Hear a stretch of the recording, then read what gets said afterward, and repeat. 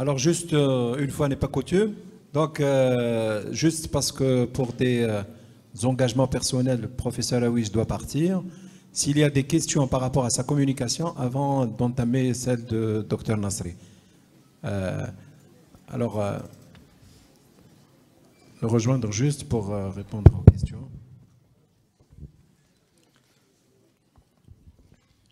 Merci, Dr Aouiche. Une question très courte. Est-ce qu'il reste encore de la place pour les fibrates?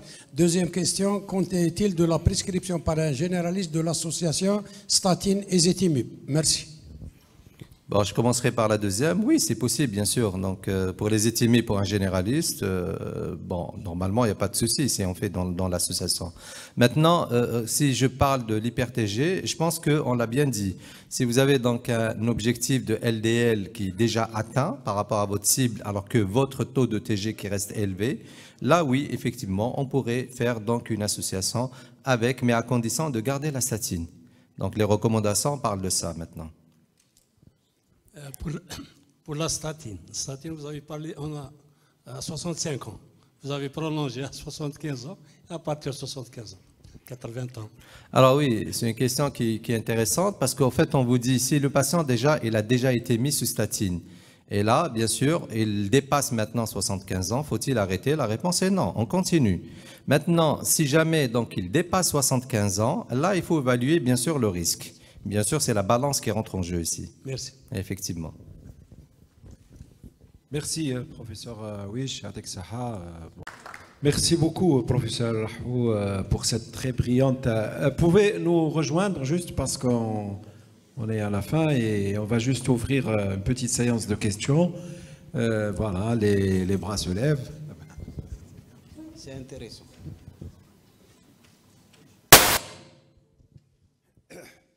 Pour Dr Nasri, merci pour votre présentation. Deux petites questions. La première question, pensez-vous qu'à 10% d'hémoglobine glyquée, le malade dispose toujours d'une certaine quantité d'insuline endogène qui peut le protéger ou servir à l'équilibrer rapidement? Pour la deuxième question, est-ce qu'on doit, pour la prise en charge d'un diabétique avec 10% d'hémoglobine glyquée, est-ce qu'on doit tenir compte uniquement d'un chiffre de l'hémoglobine glyquée sans tenir compte du reste des pathologies annexes ou d'autres considérations? Merci. Alors, concernant la première question, à 10%, normalement, il est... À 10%, l'hémoglobine glyquée va refléter l'équilibre glycémique des 3 mois précédents. Si le patient est déséquilibré, on a dit que sur le plan théorique, au moment diagnostic, déjà, le pancréas a perdu 50% de sa capacité sécrétoire. Mais ça reste toujours un côté théorique. Lorsqu'on voit à la pratique, donc il n'y avait pas une différence entre une insulinothérapie initiale et un traitement non insulinique. Et là, on va revenir à cette histoire, parce que le patient, déjà, avant qu'il sache qu'il est diabétique, il y a un écart diététique très important, il y a cette obésité, il y a cette consommation. Parfois, il vient, le patient, pour vous dire que je consomme 2 litres de soda par jour. Déjà le fait d'éliminer les 2 litres de soda par jour, ça pourrait équilibrer le patient diabétique, sans recourir à d'autres traitements antidiabétiques. C'est pour ça que je vous ai dit que finalement, la décision thérapeutique, il faut analyser les données anamnéstiques, cliniques et biologiques. C'est-à-dire pas prendre le chiffre d'hémoglobine glycée supérieur à 10 pour dire que on est en défaillance pancréatique et forcément d'instaurer une insulinothérapie. La preuve, lorsqu'on va instaurer une insulinothérapie, c'est une insulinothérapie transitoire. Donc ce n'est pas une insulinothérapie transitoire qui va régénérer la défaillance pancréatique. Donc si le patient va répondre très bien à un traitement après une insulinothérapie initiale, donc possible qui pourra, et on a vu que dans les résultats de notre étude, on a baissé de moins de 5,3% avec une bithérapie, et même avec des mesures égénétiques. La conduite à tenir ne se base pas uniquement sur le... Alors ça c'est le nouveau concept, c'est-à-dire glucocentrique, cardiocentrique, etc. Donc moi personnellement, en tant que spécialiste, je ne crois pas vraiment à cette approche. je le redis même dans les congrès, c'est-à-dire même parce que les études qui ont été basées pour dire que voilà, il faut être cardiocentrique, etc., ce sont des études biaisées. Et on a vu dans notre travail comment ils ont essayé d'intensifier d'une manière agressive le bras sulfamide pour majorer les hypoglycémies et finalement augmenter les événements cardiovasculaires. Donc, si vous lisez les protocoles des études de sécurité cardiovasculaire, vous voyez à quel point on était arnaqué à travers ces études. Merci. Juste pour renforcer, juste un petit commentaire par rapport, et il me corrige, par rapport à son expérience à lui. Personnellement, je reçois effectivement des patients avec dans un diabète inaugural avec des hémoglobines glyquées à 14 et à 15.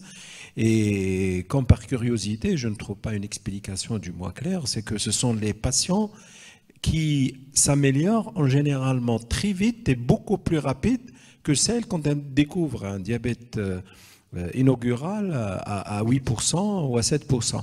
C'est-à-dire il fait un très long, rapide voyage de 14 à 7,5, alors que celui que vous l'avez découvert à 9, il fait beaucoup d'efforts pour arriver à 7.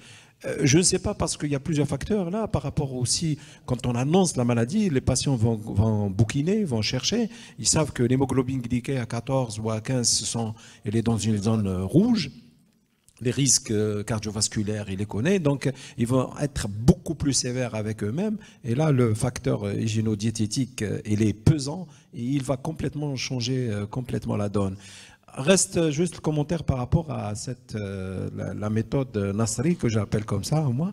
Donc, je suis entièrement d'accord par rapport à insuliner le patient. C'est une décision médicale solennelle que le médecin, on traite, n'oubliez pas qu'on ne traite pas, c'est-à-dire on traite des profils de patients, et aucun diabétique déjà, on le sait, ne ressemble à un autre. Et donc, si vous avez un recul qui vous permet d'avoir ces résultats-là. Voilà. Je ne sais pas si vous avez d'autres questions. Voilà, j'ai une question, Dr Nasri. Premièrement, je vous remercie pour cette excellente présentation. Merci. Ça nous permet d'ouvrir un petit peu l'esprit et ne pas rester sur les études, sur les matraqués comme ça. Mais il y a certaines choses que j'aimerais bien savoir. Par exemple, par rapport à l'étude que vous avez menée, quels sont les patients qui ont compliqué? Parce que vous avez montré les 25% ou bien les 22% qui ont eu des bons résultats, et l'autre partie du verre, les gens qui ont fait des complications, l'insuffisance rénale, la rétinopathie, ça c'est primo. Deuxième des choses, on sait qu'il y a une glucotoxicité, il va perdre son capital insulinique. Donc le fait qu'il, par exemple, les gens qui vont adhérer aux règles hygiéno-diététiques, c'est bon. Mais des autres qui vont trébucher, qui vont faire 20% des règles, on va perdre encore du temps. Est-ce que cette notion, elle joue un rôle par rapport à ça? Troisième des choses, pour moi, j'initiais mes patients dans ces situations pour que après 10 ans, après 15 ans, quand peut-être un jour, j'aurai à donner de l'insuline, le patient, je démystifiais l'insuline. Moi, j'ai eu beaucoup de patients, j'ai revenu en arrière, il y a step up, step down, j'ai enlevé le traitement. Mais au début, je traite par rapport à des paramètres palpables. Je ne peux pas laisser quelqu'un avec 11, 12, 13. C'est vrai, il est motivé pour faire le... C'est vrai, je donne le rendez-vous de 1 mois, c'est important. Mais il y a des patients qui ne reviennent pas. Si vous donnez cette autorisation, il va partir chez un autre, il va dire... Voilà, j'ai vu un diabétologue qui m'a dit que ça ne nécessite pas d'insuline. Pourquoi vous... Donc, si on ne parle pas le même langage, ça donne d'autres problèmes. Donc, c'est ça mes préoccupations. Et encore merci parce que je vous suis très très bien parce que vous êtes très scientifique. Et Allah y barak. Ça me touche. Bonne continuation, docteur. Avec ça. Alors que je pense que c'est le contraire. C'est-à-dire, si on va insuliner un patient et va voir un autre médecin qui va dire qu'on ne va pas vous insuliner, il sera plus motivé. Par contre, ça m'étonnerait qu'il va voir le premier médecin qui ne va pas indiquer une insulinothérapie, il va voir le deuxième médecin qui va indiquer une insulinothérapie, donc il va suivre le médecin qui a indiqué cette insulinothérapie. Et pour votre information, lorsque je reçois un patient dans notre cabinet qui a vu un confrère et qui a indiqué une insulinothérapie, je le dis que le médecin qui vous a prescrit une insulinothérapie, il n'a pas trompé. Donc, il a suivi les recommandations. Par contre, on va essayer un traitement antidiabétique par les médicaments. Si ça marche au bout d'un mois, très bien. Si ça ne marche pas, on sera obligé de passer à l'insuline. Le patient, tellement il sera motivé, le prochain contrôle, il va venir équilibré. C'est sur le plan psychologique, c'est-à-dire si on va jouer sur le. Merci pour votre. Demain, il y aura une. Voilà, nous sommes pratiquement en retard. Donc, on va juste remettre des trophées à nos intervenants. Alors, justement, s'il y a une question par rapport au premier, c'est vrai, tellement Nasri nous a dominé par son effet sur le public. Alors, cancer et diabète, c'est un sujet pertinent et qui mérite peut-être une question. Voilà, il y aura une question de Dr Nasri. Allez-y. Alors, j'ai vu dans l'une de vos plaques qu'il y avait pour les incrétines, que ce soit inhibiteur de PP4 ou analogue de GLP1, il y avait un risque de cancer du pancréas. Donc, dans votre expérience, combien de patients ils étaient sous cette classe thérapeutique et est-ce qu'il y avait réellement un effet?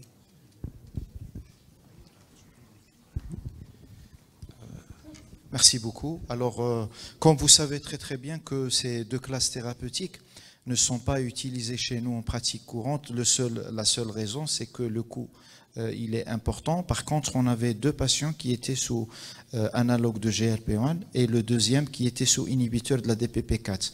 Et c'était des patients témoins. N'était pas dans le groupe des cas. On n'a pas trouvé un lien direct. Malheureusement, la taille d'échantillon était faible à cause du coût de ces deux molécules.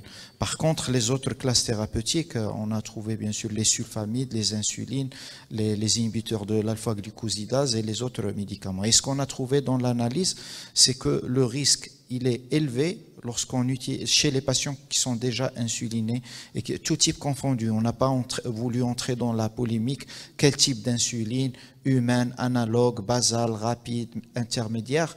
Donc en général, ce qui rejoint la plupart des études qui ont été faites jusqu'à l'heure actuelle, c'est vrai que c'est un sujet qui reprend surface parce qu'il y a une polémique vis-à-vis est-ce que l'insuline augmente le risque ou pas. Il y a d'autres études qui ont démontré l'inverse, qu'elle n'augmente pas le risque, mais la plupart démontrent que l'insuline, elle est cancérigène. Oui. Oui, le lien entre les deux. D'ailleurs, la polémique, c'était lorsque un éminent diabétologue a publié dans Diabétologia. C'était une étude allemande. Ils ont trouvé un risque, un surrisque dans le groupe qui utilisait la glargine. Après, il y a eu l'étude Origine qui a démenti tout ça en disant qu'elle est safe vis-à-vis le risque de survenue du risque cardiovasculaire et même du risque de survenue du cancer. Merci beaucoup. Alors, excusez-nous par rapport à l'harcèlement, par rapport au temps. Moi et Dr Mamri, c'est justement parce qu'on est chargé de cette session. On doit respecter le temps pour arriver, sinon on aurait être... Donc, on va remettre les trophées. Je demande à Dr Tafet Abdelkader de présenter à Dr Nasri et Dr Berbej pour présenter à Professeur Rahou.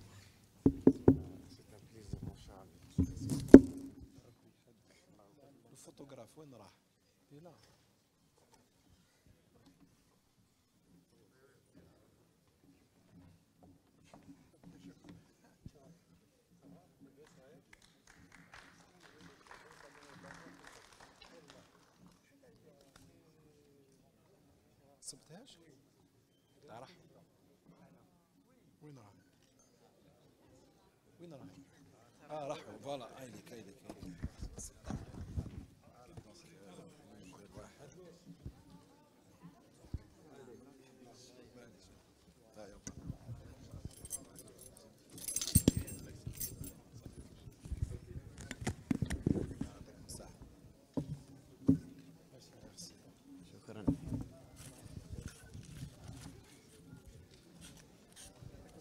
بارك الله فيكم.